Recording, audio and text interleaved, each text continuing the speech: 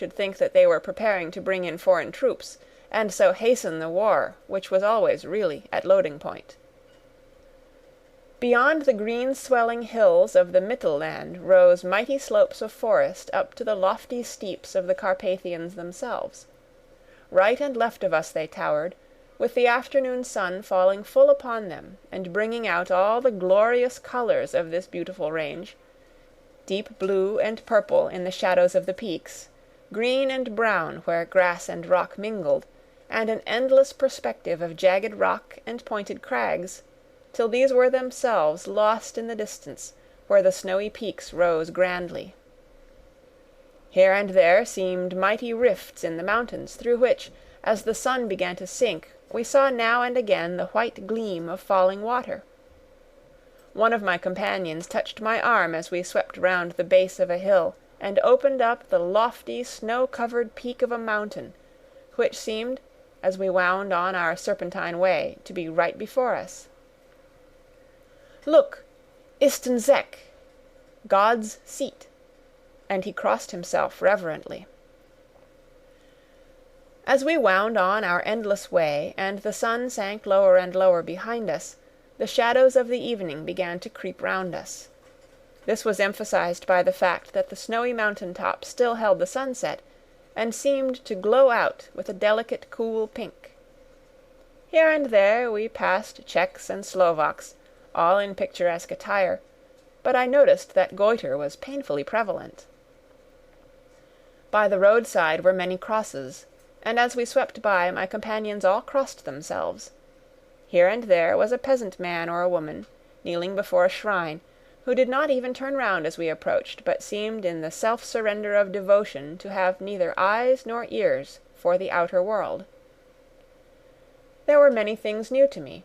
For instance, hay-ricks in the trees, and here and there very beautiful masses of weeping birch, their white stems shining like silver through the delicate green of the leaves. Now and again we passed a Leiterwagen, the ordinary peasant's cart, with its long, snake-like vertebra, calculated to suit the inequalities of the road. On this were sure to be seated quite a group of home-coming peasants, the Czechs with their white, and the Slovaks with their coloured sheepskins, the latter carrying lance-fashion their long staves, with axe at end. As the evening fell it began to get very cold, and the growing twilight seemed to merge into one dark mistiness with gloom of the trees, oak, beech, and pine, though in the valleys which ran deep between the spurs of the hills, as we ascended through the pass, the dark firs stood out here and there against the background of late-lying snow. Sometimes, as the road was cut through the pine woods that seemed in the darkness to be closing down upon us, great masses of greyness, which here and there bestrewed the trees, produced a peculiarly weird and solemn effect, which carried on the thoughts and grim fancies engendered earlier in the evening, when the falling sunset threw into strange relief the ghost-like clouds, which amongst the Carpathians seemed to wind ceaselessly through the valleys. Sometimes the hills were so steep that, despite our driver's haste, the horses could only go slowly. I wished to get down and walk up them as we do at home, but the driver would not hear of it. "No, no," he said, "you must not walk here. The dogs are too fierce." And then he added, with what he evidently meant for grim pleasantry, for he looked round to catch the approving smile of the rest, "And you may have enough of such matters before you go to sleep." The only stop he would make was a moment's pause to light his lamps. When it grew dark there seemed to be some excitement amongst the passengers, and they kept speaking to him, one after the other, as though urging him to further speed. He lashed the horses unmercifully with his long whip, and with wild cries of encouragement urged them on to further exertions. Then through the darkness I could see a sort of patch of grey light ahead of us, as though there were a cleft in the hills. The excitement of the passengers grew greater. The crazy coach rocked on its great leather springs, and swayed like a boat tossed on a stormy sea. I had to hold on. The road grew more level, and we appeared to fly along. Then the mountains seemed to come nearer to us on each side and to frown down upon us. We were entering on the Borgo Pass. One by one several of the passengers offered me gifts, which they pressed upon me with an earnestness which would take no denial. These were certainly of an odd and varied kind, but each was given in simple good faith, with a kindly word and a blessing, and that same strange mixture of fear-meaning movements which I had seen outside the hole at Bistritz, the sign of the cross, and the guard against the evil eye. Then, as we flew along, the driver leaned forward, and on each side the passengers, craning over the edge of the coach, peered eagerly into the darkness. It was evident that something very exciting was either happening or expected, but though I asked each passenger, no one would give me the slightest explanation. This state of excitement kept on for some little time, and at last we saw before us the pass opening out on the eastern side. There were dark rolling clouds overhead, and in the air the heavy, oppressive sense of thunder. It seemed as though the mountain range had separated two atmospheres, and that now we had got into the thunderous one. I was now myself looking out for the conveyance which was to take me to the Count. Each moment I expected to see the glare of lamps through the blackness, but all was dark. The only light was the flickering rays of our own lamps, in which the steam from our hard-driven horses rose in a white cloud. We could see now the sandy road lying white before us, but there was on it no sign of a vehicle. The passengers drew back with a sigh of gladness, which seemed to mock my own disappointment. I was already thinking what I had best do, when the driver, looking at his watch, said to the others something which I could hardly hear, it was spoken so quietly, and in so low a tone. I thought it was, "An hour less than the time." Then, turning to me, he spoke in German worse than my own. "There is no carriage here. The Herr is not expected after all. He will now come on to Bukovina, and return to-morrow, or the next day, better the next day." Whilst he was speaking, the horses began to neigh and snort and plunge wildly, so that the driver had to hold them up. Then, amongst a chorus of screams from the peasants, and a universal crossing of themselves, a calèche, with 4 horses, drove up behind us, overtook us, and drew up beside the coach. I could see from the flash of our lamps as the rays fell on them that the horses were coal-black and splendid animals. They were driven by a tall man, with a long brown beard and a great black hat, which seemed to hide his face from us. I could only see the gleam of a pair of very bright eyes, which seemed red in the lamplight, as he turned to us. He said to the driver, "You are early tonight, my friend." The man stammered in reply, "The English Herr was in a hurry." To which the stranger replied, "That is why, I suppose, you wished him to go on to Bukovina. You cannot deceive me, my friend. I know too much, and my horses are swift." As he spoke, he smiled, and the lamplight fell on a hard-looking mouth, with very red lips and sharp-looking teeth, as white as ivory. One of my companions whispered to another the line from Burger's Lenore, "Denn die Toten reiten schnell," for the dead travel fast. The strange driver evidently heard the words, for he looked up with a gleaming smile. The passenger turned his face away, at the same time putting out his 2 fingers and crossing himself. "Give me the Herr's luggage," said the driver, and with exceeding alacrity my bags were handed out and put in the calèche. Then I descended from the side of the coach, as the calèche was close alongside, the driver helping me with a hand which caught my arm in a grip of steel. His strength must have been prodigious.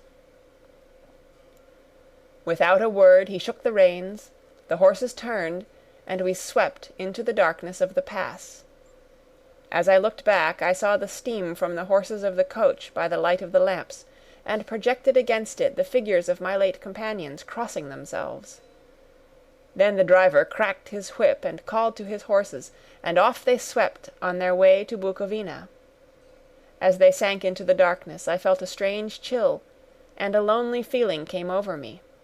But a cloak was thrown over my shoulders and a rug across my knees, and the driver said in excellent German, "The night is chill, mein Herr, and my master the Count bade me take all care of you. There is a flask of Slivovitz," the plum brandy of the country, "underneath the seat, if you should require it." I did not take any, but it was a comfort to know it was there all the same. I felt a little strangely, and not a little frightened. I think had there been any alternative I should have taken it, instead of prosecuting that unknown night journey. The carriage went at a hard pace straight along, then we made a complete turn, and went along another straight road. It seemed to me that we were simply going over and over the same ground again, and so I took note of some salient point, and found that this was so. I would have liked to have asked the driver what this all meant, but I really feared to do so, for I thought that, placed as I was, any protest would have had no effect in case there had been an intention to delay. By and by, however, as I was curious to know how time was passing, I struck a match, and by its flame looked at my watch. It was within a few minutes of midnight. This gave me a sort of shock, for I suppose the general superstition about midnight was increased by my recent experiences. I waited, with a sick feeling of suspense. Then a dog began to howl somewhere in a farmhouse far down the road, a long, agonized wailing, as if from fear. The sound was taken up by another dog, and then another and another, till, borne on the wind, which now sighed softly through the pass, a wild howling began, which seemed to come from all over the country, as far as the imagination could grasp it, through the gloom of the night. At the first howl the horses began to strain and rear, but the driver spoke to them soothingly, and they quieted down, but shivered and sweated, as though after a runaway from sudden fright. Then far off in the distance, from the mountains on each side of us, began a louder and a sharper howling, that of wolves, which affected both the horses and myself in the same way, for I was minded to jump from the calèche and run, whilst they reared again and plunged madly, so that the driver had to use all his great strength to keep them from bolting. In a few minutes, however, my own ears got accustomed to the sound, and the horses so far became quiet that the driver was able to descend, and to stand before them. He petted and soothed them, and whispered something in their ears, as I have heard of horse-tamers doing, and with extraordinary effect, for under his caresses they became quite manageable again, though they still trembled. The driver again took his seat, and shaking his reins, started off at a great pace. This time, after going to the far side of the pass, he suddenly turned down a narrow roadway which ran sharply to the right. Soon we were hemmed in with trees, which in places arched right over the roadway till we passed as through a tunnel. And again great frowning rocks guarded us boldly on either side. Though we were in shelter, we could hear the rising wind, for it moaned and whistled through the rocks, and the branches of the trees crashed together as we swept along.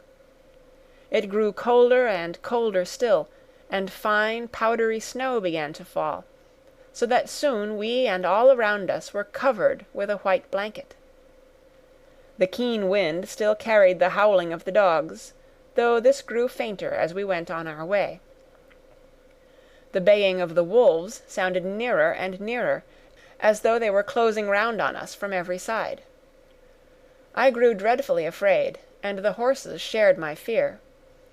The driver, however, was not in the least disturbed. He kept turning his head to left and right, but I could not see anything through the darkness. Suddenly, away on our left, I saw a faint, flickering blue flame. The driver saw it at the same moment. He at once checked the horses, and, jumping to the ground, disappeared into the darkness. I did not know what to do. the less as the howling of the wolves grew closer. But while I wondered, the driver suddenly reappeared again, and without a word took his seat, and we resumed our journey. I think I must have fallen asleep and kept dreaming of the incident, for it seemed to be repeated endlessly, and now looking back it is like a sort of awful nightmare. Once the flame appeared so near the road that even in the darkness around us I could watch the driver's motions. He went rapidly to where the blue flame arose. It must have been very faint, for it did not seem to illumine the place around it at all,